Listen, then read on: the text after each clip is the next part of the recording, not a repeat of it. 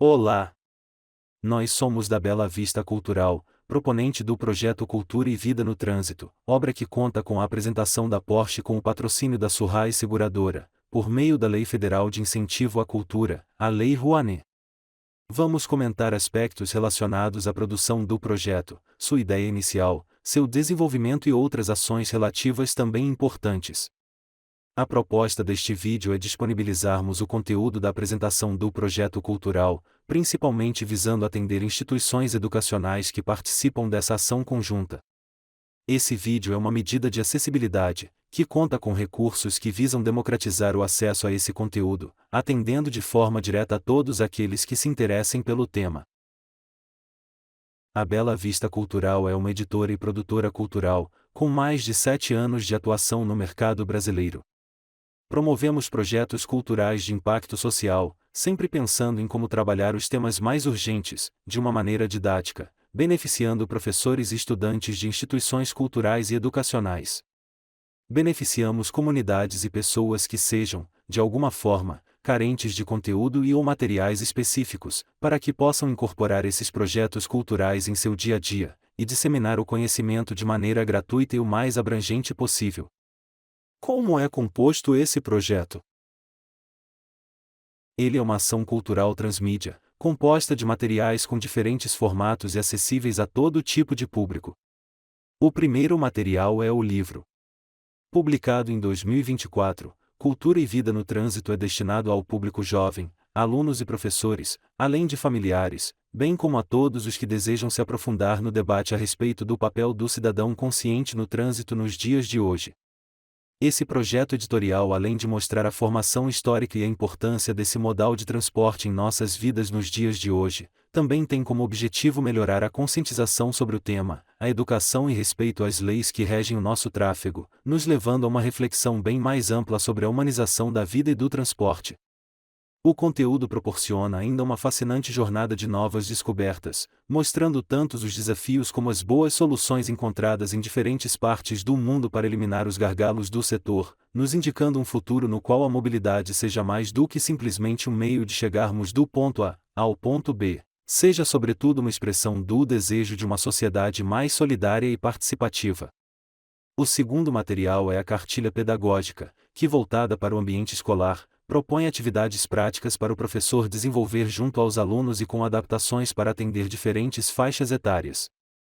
A proposta é trazer maior dinamicidade para o cotidiano escolar, oferecendo diversas ferramentas facilitadoras aos professores, sempre em consonância com o currículo normativo e a BNCC, Base Nacional Curricular Comum. O terceiro material são as apresentações, direcionadas para atender aos gestores, professores e estudantes, desde o ensino fundamental, passando pelo ensino médio e chegando até a universidade. São eventos in loco em que apresentamos o projeto, proporcionando trocas de experiências, vivências e diálogos, com o objetivo de mobilizar e envolver diferentes grupos, além de acompanharmos o desenvolvimento do projeto dentro das unidades escolares de forma presencial ou online. O quarto material é um audiobook, disponibilizado gratuitamente no site da Bela Vista, belavistacultural.com.br. Nesse caso, trata-se de um formato de acessibilidade voltado para atender pessoas com deficiência visual. Um quinto material é a exposição fotográfica digital.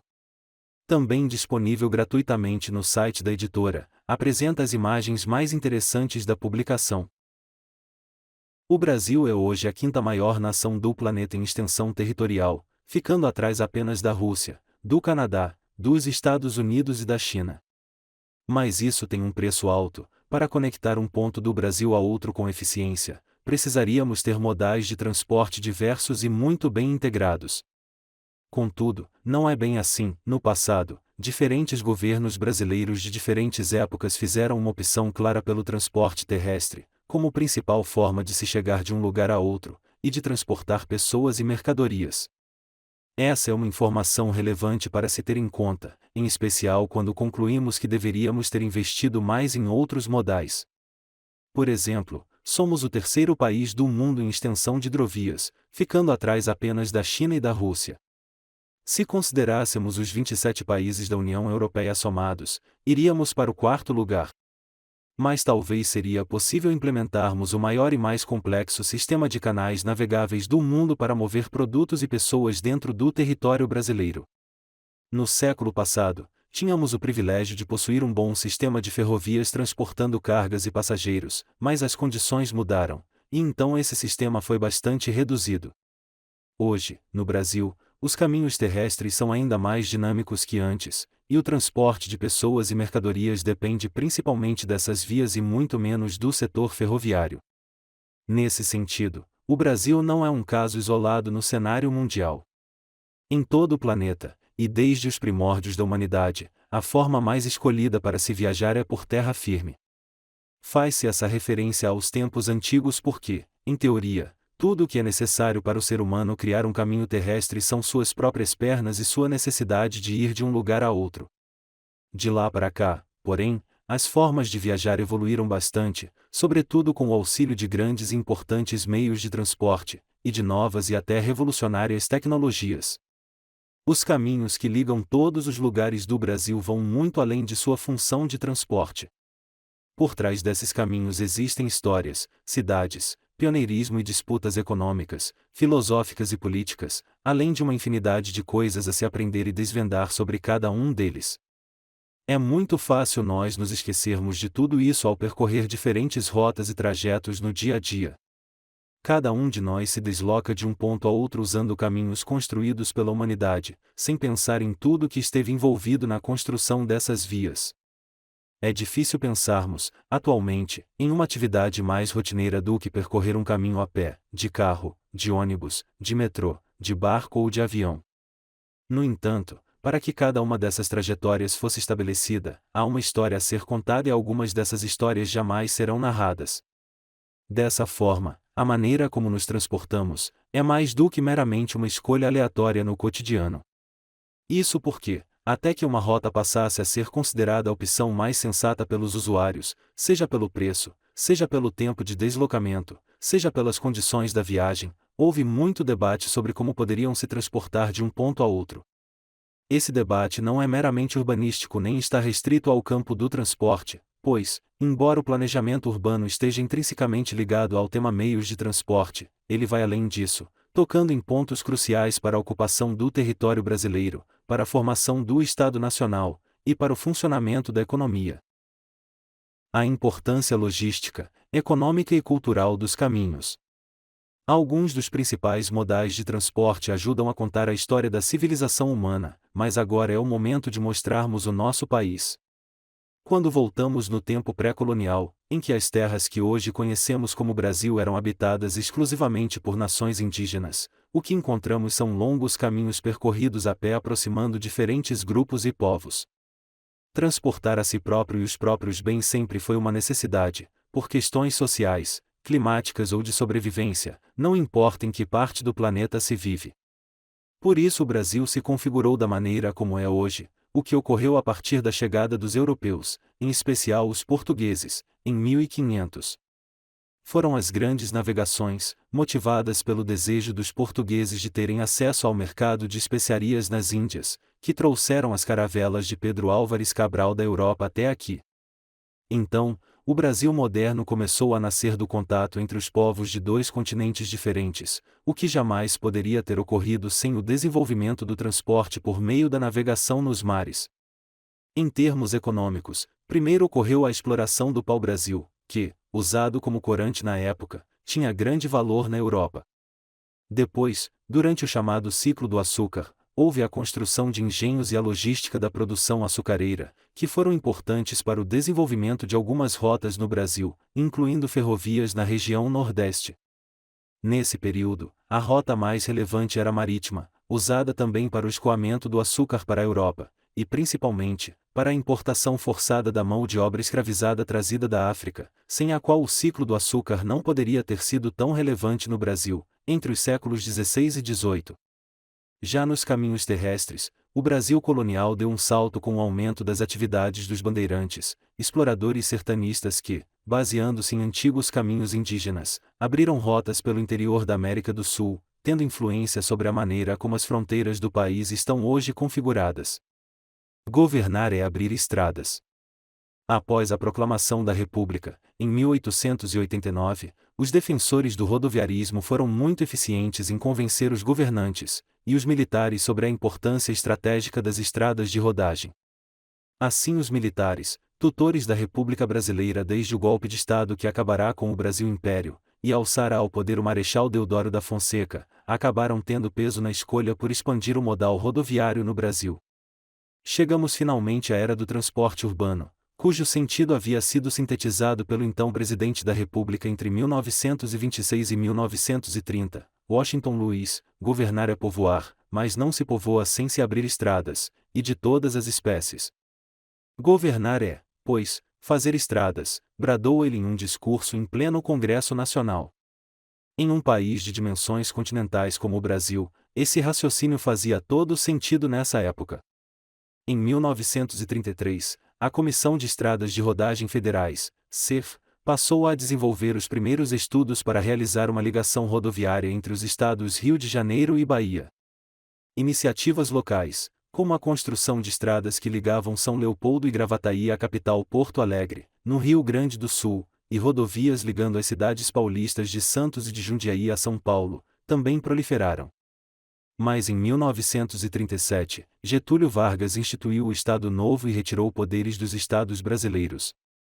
Seu governo então criou o Departamento Nacional de Estradas de Rodagem, DNR, que deu continuidade às obras da CEF, focando em 3 estradas principais: Itaipava-Teresópolis, Rio-Bahia e Rio-Sul. As 2 últimas estradas atravessam toda a região mais populosa e economicamente privilegiada do país, destino principal das correntes migratórias internas que deixavam o norte e o nordeste rumo ao sudeste. No contexto internacional, a Segunda Guerra Mundial, de 1939 a 1945, apressou o Brasil no sentido de agilizar o seu mercado interno, cujo cenário passou a ser de queda das exportações agrícolas, e principalmente, de escassez de produtos básicos importados, como aço, carvão e gasolina. O governo Vargas demorou a tomar uma posição oficial no conflito, mas acabou se colocando a favor das forças aliadas, Reino Unido, França, Estados Unidos, Rússia e outros, mediante uma negociação que envolveu o financiamento dos norte-americanos das obras da Companhia Siderúrgica Nacional, CSN, a qual foi decisiva para o desenvolvimento da indústria brasileira. Nessa época, o número de fábricas de autopeças cresceu no Brasil, chegando a 50 em 1945. Os profissionais do setor de transportes. Um aspecto importante dos caminhos é o quanto eles constroem nossas vivências, e permitem a integração física entre diferentes partes do país, gerando a integração cultural, inclusive de costumes, com pessoas que vão de uma parte a outra e se colocam como os novos habitantes de tantos lugares, influenciando outras pessoas e sendo influenciadas por elas. Existe outro exemplo de toda uma cultura que é formada em torno de uma profissão, a de caminhoneiro. Por causa da já mencionada escolha feita pelo Estado brasileiro em privilegiar o modal de transporte rodoviário, os motoristas de caminhão se espalharam pelo Brasil e transformaram sua ocupação em parte de sua identidade. O taxista é outro profissional de transporte, que por sua presença marcante, conquistou espaço no imaginário dos brasileiros ao longo das últimas décadas, sobretudo nas médias e grandes cidades. Hoje, com o advento da tecnologia e principalmente por questões econômicas, mais e mais brasileiros estão usando o carro ou a moto para transportar passageiros e cargas, ou seja, estão se inserindo no mercado de transportes, ampliando e sedimentando ainda mais esse setor como um dos mais importantes do país. Estamos falando aqui dos entregadores e motoristas de aplicativo, área da economia brasileira que tem estado bastante aquecida nos últimos anos, afinal, com um smartphone em mãos, tornou-se muito prático pedir comida, fazer compras ou mesmo solicitar um carro que nos leve a algum lugar. Segundo pesquisa feita pelo Centro Brasileiro de Análise e Planejamento, SEBRAP, e pela Associação Brasileira de Mobilidade e Tecnologia, a Mobitec, em 2023 o Brasil já tinha mais de 1,6 milhões de pessoas exercendo esse tipo de serviço. Esses números nos mostram que um problema se impõe às questões que envolvem os transportes, nas condições trabalhistas, as quais exigem desses profissionais que façam alguns sacrifícios para continuar no ramo em que trabalham. Tanto para os entregadores quanto para os motoristas de aplicativo a realidade é que eles trabalham muitas horas diárias, têm pouco tempo de descanso e poucos direitos trabalhistas, como férias e uma remuneração estabelecida por lei. Os principais modais de transporte terrestre e seus usuários. Como vimos, os sistemas de transporte têm um papel vital na rotina de um país. Deles dependem a economia, as trocas culturais, as viagens, a vida social, o acesso das pessoas a diferentes serviços, como educação e saúde, e tudo mais que decorre disso. O Brasil, uma das maiores nações do planeta, não teria como abrir mão do transporte terrestre para encurtar suas grandes distâncias, mas precisa modernizar e remodelar essa matriz. O massivo investimento no transporte rodoviário, ainda que não tenha resolvido todos os problemas de transporte do país, resultou na construção de uma rede de estradas mais extensa e mais bem desenvolvida do que qualquer outro meio de transporte que o Brasil já teve. Além disso, o transporte rodoviário oferece maior flexibilidade e acessibilidade ao transporte de cargas, permitindo que estas sejam levadas diretamente de uma origem a um destino sem a necessidade de transbordos ou transferências complicadas. Isso é particularmente importante para o transporte de cargas de curta distância ou para áreas onde outros modais não estejam disponíveis. O transporte nas grandes cidades. Na dinâmica urbana das cidades, o transporte tem uma função essencial na movimentação de pessoas, sobretudo, trabalhadores e estudantes. Uma cidade com transporte pouco eficiente vive sempre um conflito diário. Imaginemos, por exemplo, o caso da capital São Paulo, que está entre as 15 maiores megalópolis do planeta, com mais de 12,3 milhões de habitantes. Como essa cidade poderia funcionar se não tivesse algumas boas alternativas de transporte terrestre? É o sistema de transporte que define quais são os locais mais e quais são os menos acessíveis, uma vez que a acessibilidade é definida pela proximidade de meios de transporte eficientes em relação às localidades de uma cidade. Por isso, é possível tornar um local mais acessível, aumentando assim seu valor imobiliário, ao se construir em seus arredores uma estação de metrô, por exemplo. As consequências imediatas dessa ação vão além de só facilitar o transporte até esse ponto. O território em que esse ponto estiver localizado passará a valer mais, apenas por estar perto da estação de metrô, e toda uma dinâmica comercial é atraída para essa área, ocorrendo a abertura de novos estabelecimentos comerciais e a oferta de novos serviços. Dessa forma, na lógica urbanística, o transporte vai bem além do papel interno e básico que deve cumprir, interferindo em toda a rede de relações que rege uma cidade. O transporte urbano e os espaços ocupados. Qual é o nível de facilidade que encontramos ao nos deslocarmos pela cidade? A resposta a essa pergunta nos leva a refletir sobre a mobilidade urbana como um tema que interessa a todos nós. Os carros ocupam muito espaço. Quanto mais deles estão em circulação, maior é a necessidade de que existam pistas largas, regulação, vagas de estacionamento, pontes e túneis. Dessa forma, a opção por esse meio de transporte tem consequências para toda a sociedade, ainda mais quando levamos em consideração a quantidade de carros que normalmente circulam com apenas um ou dois passageiros. Em São Paulo, um ônibus, que utiliza a mesma infraestrutura rodoviária que um automóvel, transporta muito mais gente que este, pode levar em média 48 passageiros, isso considerando apenas aqueles que viajam sentados, o que equivale a 40 carros ou 48 bicicletas, se levarmos em consideração que na cidade a média é de 1,2 pessoas por carro. Uma experiência comparativa foi realizada na cidade de Münster, na Alemanha, para mostrar a diferença relacionada ao transporte feito por carros, ônibus e bicicletas, avaliando o quesito ocupação do espaço urbano.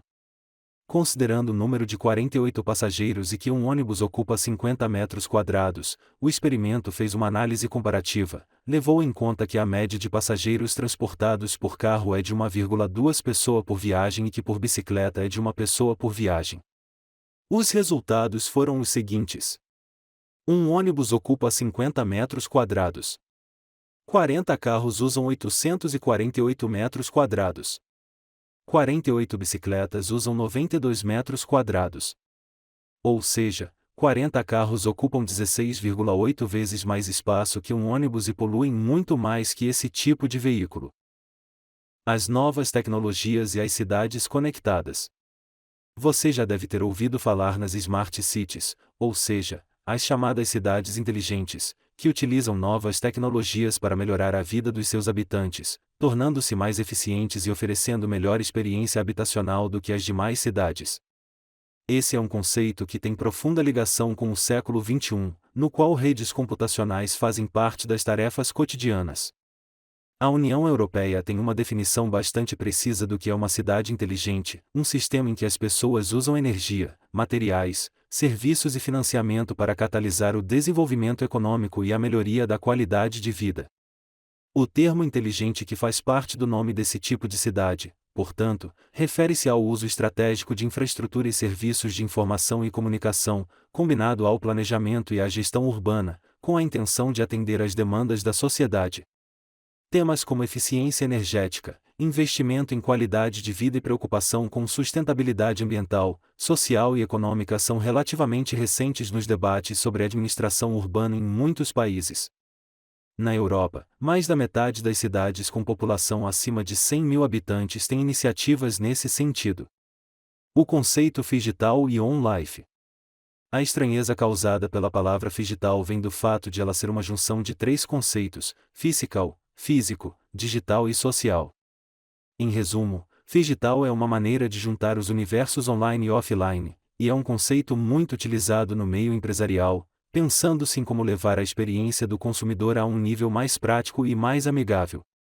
É muito comum que o conceito de phygital seja sempre mencionado ao lado de on-life, outra palavra em inglês que hoje resume uma experiência universal. On-life trata-se da combinação do termo online, que usamos para nos referirmos a algo ou alguém que esteja conectado à internet, com a palavra life, que significa vida em português. Esse é um resumo prático do momento histórico que estamos vivendo. O online se torna on-life porque não dá mais para separar o que fazemos em ambientes virtuais do que fazemos em ambientes físicos. Estes dois conceitos, phygital e on-life, são muito importantes para que o setor público possa melhorar as condições de trânsito nas áreas urbanas. No caso do Brasil, poucas coisas são mais frustrantes e assustadoras do que os dados gerais do país sobre o setor de trânsito e os gargalos do tráfego. Por exemplo, a empresa neerlandesa TomTom, que produz navegadores digitais para automóveis, fez um levantamento cujo resultado mostrou que os motoristas brasileiros passaram, em média, 200 horas no trânsito em 2022. Conforme esse estudo, as três piores cidades brasileiras em termos de velocidade média dos veículos em função de seu grande número circulando nas ruas foram: Recife, 21 km por hora, Belo Horizonte, 21 km por hora e São Paulo, 22 km por hora. Outra pesquisa, conduzida em 2022 pela Confederação Nacional de Dirigentes Lojistas, CNDL, pelo Serviço de Proteção ao Crédito, SPC Brasil, e pelo Serviço Brasileiro de Apoio às Micro e Pequenas Empresas, SEBRAE, teve um resultado preocupante: entre os habitantes das capitais nacionais, o tempo médio gasto no trânsito por dia é de 2 horas. Anteriormente, em 2019, um estudo do evento Summit Mobilidade Urbana concluiu que o custo com o congestionamento no Brasil significava a perda de 267 bilhões de reais anuais, algo que correspondia a 4% do PIB do país na época. Como esses estudos há diversas outras investigações científicas e acadêmicas mostrando que o transporte nas vias urbanas brasileiras está longe de ser minimamente satisfatório. Mais do que isso, as cidades brasileiras ainda estão distantes de ser inteligentes em transporte e mobilidade. Agora pensemos em como funciona uma cidade inteligente onde milhares de pessoas circulam todos os dias, todas conectadas à internet podendo trabalhar em diferentes locais. Os conceitos de on-life e phygital estão presentes nas cidades inteligentes e incluem o elemento social, já que viver bem em uma cidade requer boa convivência e os planos de melhoria de trânsito e de preservação do meio ambiente contribuem para isso, favorecendo todos os seus habitantes. Curitiba, cidade modelo também no trânsito. Não podemos deixar de mencionar uma cidade brasileira que é, entre outros aspectos, modelo e referência positiva no assunto trânsito e transporte de passageiros, a capital paranaense, Curitiba. Na década de 1970, a cidade começou a implementar o sistema BRT, sigla em inglês para Bus Rapid Transit, ou ônibus de trânsito rápido. O que caracteriza o BRT é a integração entre acessibilidade, agilidade e redução de custos, o que resulta em melhorias no trânsito e menor emissão de poluentes. Em Curitiba, onde não há metrô, a população consegue se locomover com eficiência por causa do BRT. Esse projeto apresenta inovações como o pagamento antecipado de passagens em estações em formato tubular, agilizando o embarque, e vias exclusivas para a circulação dos coletivos de passageiros, sem interferir na mobilidade de outros modais de transporte. O trânsito e o desenvolvimento sustentável estipulado pela ONU. À medida que a população cresce, as atividades econômicas se expandem, a poluição aumenta, e nesse cenário, pode-se prever que os recursos naturais se esgotarão rapidamente. É para impedir que isso ocorra que surgiu a noção de desenvolvimento sustentável. Em 2015, a Organização das Nações Unidas, ONU, definiu os 17 Objetivos de Desenvolvimento Sustentável, ODS, que são audaciosos, pois, conforme declara a organização, são um apelo global à ação para acabar com a pobreza, proteger o meio ambiente e o clima e garantir que as pessoas, em todos os lugares, possam desfrutar de paz e de prosperidade. O 11º objetivo é tornar as cidades e comunidades sustentáveis. Para que isso ocorra, a ONU diz que uma das metas, até 2030, proporcionar o acesso a sistemas de transporte seguros, acessíveis, sustentáveis e a preço acessível para todos, melhorando a segurança rodoviária por meio da expansão dos transportes públicos, com especial atenção para as necessidades das pessoas em situação de vulnerabilidade, mulheres, crianças, pessoas com deficiência e idosos. Uma alternativa de meio de transporte sobre duas rodas. Meios alternativos de transporte que evitam a predominância dos automóveis são sempre bem-vindos, pois ajudam a resolver a má qualidade da mobilidade que existe em muitas cidades brasileiras. No caso da bicicleta, é preciso que se incentive seu uso, e somente um bom planejamento por parte do poder público pode alcançar esse objetivo. O uso desse veículo em substituição ao automóvel melhora a qualidade do ar das cidades e diminui os ruídos do trânsito. A bicicleta também reduz acidentes e engarrafamentos, o que, de modo global, contribui para diminuir o tempo gasto nos deslocamentos. Esse meio de transporte, tão simples, é capaz de melhorar a saúde dos seus usuários, em especial se for usado todos os dias, contribuindo para diminuir suas idas ao médico. A bicicleta é um veículo que não polui e que pode ser utilizado em curtas distâncias sem influenciar a formação de engarrafamentos. Além disso, pedalar faz bem à saúde, pois dessa forma o ciclista realiza um exercício físico. O poder público pode, e deve, estimular essa prática com a criação de ciclovias e ciclofaixas, que não são a mesma coisa. Enquanto ciclovia é uma via exclusiva para bicicletas, separada fisicamente das vias de veículos motorizados, a ciclofaixa faz parte desses caminhos e é uma faixa exclusiva para ciclistas, sinalizada com pintura no asfalto ou placas. Para o poder público determinar qual delas é mais adequada para ser construída em determinado local, a ciclovia ou a ciclofaixa, engenheiros de tráfego precisam estudar os espaços de que a cidade dispõe e pensar na questão da segurança dos ciclistas. As primeiras legislações de trânsito. Acidentes de trânsito são uma das principais causas de morte ao redor do planeta, em especial de jovens na faixa etária de 15 a 28 anos. Esses dados são da Organização Mundial de Saúde, que estima ainda que 93% das mortes em vias públicas ocorrem em países de baixa e média renda. No Brasil, também de acordo com a OMS, a cada 15 minutos, há uma morte em acidente de trânsito. Esse é um dado alarmante, ainda mais se considerarmos todo o contexto da profunda ligação do Estado brasileiro com o modal de transporte rodoviário. Por isso, precisamos pensar em soluções que nos ajudem a mitigar os riscos de entrarmos em um carro em nosso país. Mas, antes de tratarmos de como podemos resolver esse problema, devemos entender como está estruturada a gestão do trânsito no Brasil. A história das leis de trânsito. Se o trânsito é a utilização das vias por pessoas, veículos e animais, é de se imaginar que, desde o início do assentamento humano em diferentes áreas do planeta, há questões que envolvem o trânsito. É difícil precisarmos em qual das antigas civilizações surgiram as primeiras leis relativas a esse tema. Em 1997 foi criado o atual Código de Trânsito Brasileiro, CTB, que passou a vigorar no ano seguinte e é considerado uma das legislações mais modernas do mundo. Em seus 341 artigos, esse código reformulou a estrutura da legislação de trânsito brasileira anterior, trazendo, como uma de suas principais marcas, maior rigor na punição de infrações. Ele institui, por exemplo, O sistema de pontos na carteira, cuja infração pode levar à perda da habilitação. Esse sistema foi criado na Alemanha na década de 1970 e, atualmente, a maioria dos países desenvolvidos utiliza critérios similares aos dele para punir motoristas infratores. O novo CTB apresenta mudanças em relação ao anterior, como a municipalização da execução e da fiscalização das leis de trânsito, bem como menor tolerância com motoristas alcoolizados e a obrigatoriedade do uso de cadeirinhas para crianças nos veículos. Existem críticos dessa legislação, segundo os quais há um excesso de punições que acarreta a busca de lucro pelo governo por meio da aplicação de multas. Mesmo se estiverem certos, o saldo, ou seja, a diminuição de mortes e acidentes no trânsito decorrente dessas punições, é bastante positivo. A falha humana nos casos de acidentes. Além das campanhas educativas feitas pela PRF, o que nós, cidadãos, podemos fazer para buscar um trânsito mais seguro? Para tentar responder a essa pergunta, é primordial entendermos que, entre as causas dos acidentes, existem algumas que nós usuários não podemos controlar. É o caso, por exemplo, de acidentes provocados por más condições de estradas, ou pela falta de sinalização em um cruzamento importante.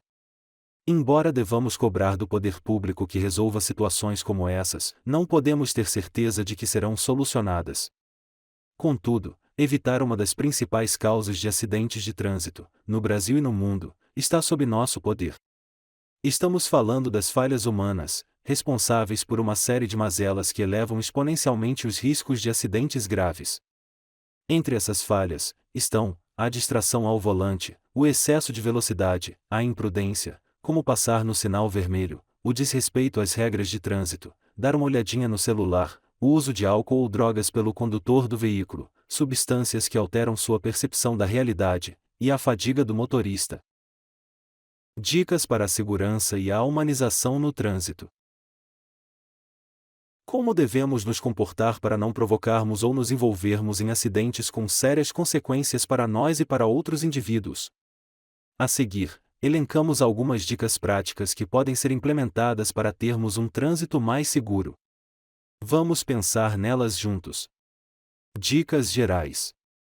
1. Respeitar as faixas de pedestres e as lombadas. No trânsito, esses dois elementos são essenciais para garantir a travessia segura dos pedestres e para fazer com que os carros em movimento tenham zonas de redução de velocidade. Com as faixas de pedestres, deixa-se explícito qual é o lugar destes e dos motoristas na lógica do trânsito. Elas são os locais que os motoristas e os motociclistas devem dar a preferência aos pedestres, não o contrário. Já a lombada contribui para a segurança de zonas residenciais e do entorno de escolas e de outras áreas de grande movimento, afinal desacelerar os veículos também é uma forma de prevenção de acidentes. 2. Aprender sobre as cores e os formatos das placas de trânsito. As placas que ficam ao lado das vias não têm cores e formas aleatórias, elas seguem padrões internacionais para que sejam compreendidas de forma rápida pelos usuários. Em geral, o vermelho indica proibições e restrições, o azul aponta instruções obrigatórias, o verde informa permissões, o marrom é usado para placas turísticas e informativas, e o preto e o branco são usados em placas de regulamentação. Quanto aos formatos das placas, normalmente o triângulo significa perigo, o círculo indica obrigação, o quadrado ou o retângulo é usado em placas de regulamentação, o octógono é usado para placas indicando ao motorista que é para ele parar ou ceder a preferência, o pentágono indica áreas escolares e de pedestres, e o losango sinaliza avisos temporários. 3. Respeitar semáforos para carros e pedestres. É preciso relembrar uma das regras básicas do trânsito: obedecer à cor que está acesa no semáforo, seja este voltado para automóveis, seja direcionado a pedestres e ciclistas. O tipo mais comum de semáforo é para carros, cuja cor vermelha indica parada obrigatória, a amarela significa atenção. Em geral, essa cor marca a transição entre vermelho e verde, e o verde significa prosseguimento liberado. Por vezes, esse tipo de semáforo tem também uma luz em forma de seta, que indica qual é a direção a que ele está se referindo. No semáforo para pedestres, as cores indicam: vermelho para parar, verde para prosseguir. 4. Deve haver um bom convívio entre pedestres, motoristas, ciclistas e motociclistas. De forma geral, o respeito é primordial para que haja um bom convívio em sociedade e isso implica que todos nós devemos obedecer às regras de trânsito. Precisamos estar sempre atentos ao ambiente ao nosso redor, antecipando as ações de outros usuários da via e se preparando para agir de forma segura para nós e para eles. É preciso ainda que nós compartilhemos calçadas e vias de forma adequada. A calçada, por exemplo, é exclusiva dos pedestres, enquanto os ciclistas têm a prioridade nas ciclovias e os motociclistas e motoristas devem permanecer nas faixas a eles destinadas. 5. Reduzir a velocidade nas grandes cidades. Nós já vimos anteriormente que existe uma relação entre a velocidade de um veículo, a probabilidade de que um acidente ocorra, e a de que este seja grave. Assim, quanto maior for a velocidade, mais grave será o acidente, se ele ocorrer. Nas áreas urbanas é preciso que a velocidade dos veículos seja menor que nas estradas, dando assim mais tempo aos motoristas, motociclistas, pedestres e ciclistas para que reajam a situações inusitadas. O público-alvo e os objetivos pedagógicos. Cultura e Vida no Trânsito é um projeto realizado a partir do livro de 144 páginas repleto de informações minuciosas, possibilitando ações educativas que promovam o aprendizado visando a construção de uma nova cidadania, que impliquem direitos e deveres na mesma medida. Este conteúdo está sendo levado com todo o cuidado para escolas da rede pública, passando informações preciosas aos alunos do Fundamental 1, 2, Ensino Médio e universidades. O projeto conta com um coordenador pedagógico, que usa sua experiência em sala de aula para adaptar o livro e assim propor complementos para o currículo normativo de forma prática e dinâmica. Esse profissional elaborou a cartilha pedagógica, que orienta e dá dicas de como coordenadores pedagógicos e professores podem aproximar culturas e promover o respeito à diversidade dentro e fora da sala de aula. Assim, mostramos aos alunos e aos nossos leitores como é importante respeitar as normas e lutar por melhorias na mobilidade urbana, sabendo que o carro não pode e não deve ser privilegiado em detrimento de outros meios de transporte menos poluentes, e sobretudo mais eficientes na complexa dinâmica urbana. Para acessar todos os materiais complementares, livros em formato acessível, cartilhas pedagógicas entre outros, visite o nosso site www.belavistacultural.com.br. Em caso de dúvidas ou, mesmo se quiser trocar ideias sobre o projeto, entre em contato com o nosso departamento educacional através do e-mail educacional@belavistacultural.com.br. Boa leitura!